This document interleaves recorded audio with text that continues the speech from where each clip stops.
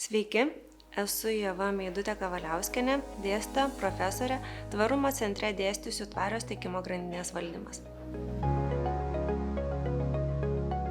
Tvaraus tiekimo grandinės valdymo sritis apima platų spektrą įvairiausių veiklų siekiančių ekonominio, socialinio bei aplinkosauginio tvarumo. Tai žinoma paliečia visas tiekimo grandinės funkcinės sritis, tiek vidinius, tiek išorinius elementus, pradedant nuo žaliavų šaltinių paieškos iki galutinio produkto pristatymo galutiniam vartotojui, plus grįžtamieji ryšiai.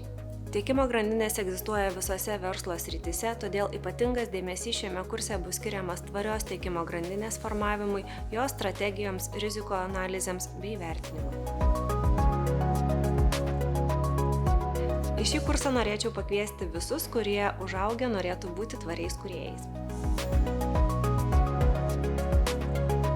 Tvarumas tampa ne tik strategija, bet ir raktu į vartotojų širdis, todėl pasirinkę šį kursą jūs investuosite ne tik į savo profesinę ateitį, bet ir įgysite žinių, kaip išlaikyti klientų lojalumą.